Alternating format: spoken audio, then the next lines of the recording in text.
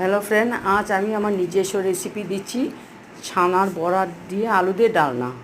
জিরে ফোড়ন দিয়েছি, হিং দিয়েছি, তেজপাতা দিয়েছি। এবার আলু ছেড়ে দেবো। আলু গোল্ডেন ব্রাউন হয়ে আসলে, আজ আমি নিরামিষ করেছি, রসুন আর পেঁয়াজ ছাড়া, যেহেতু আজকে শনিবার তাই। এবার আদা, জিরে, লঙ্কা, সামান্য কাশ্মীরি লঙ্কা বাটা দিয়ে নুন হলুদ দিয়ে একটু কষিয়ে নেব।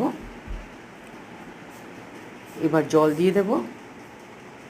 এবার ফুটে উঠে সিদ্ধ হয়ে আসলে কস্তুরি মেথি দিয়ে নাড়াচাড়া করে নেব। একটু নাড়িয়ে নিয়ে চিনি দিয়ে দেব। এবার ঘি, গরম মশলা দিয়ে পনিরগুলো ছেড়ে দেব। একটু ফ্রেশ ক্রিম দেব আর ঘি গরম করে সামান্য কাশ্মীরি লঙ্কা দিয়ে ফোড়ন দিয়ে দেব।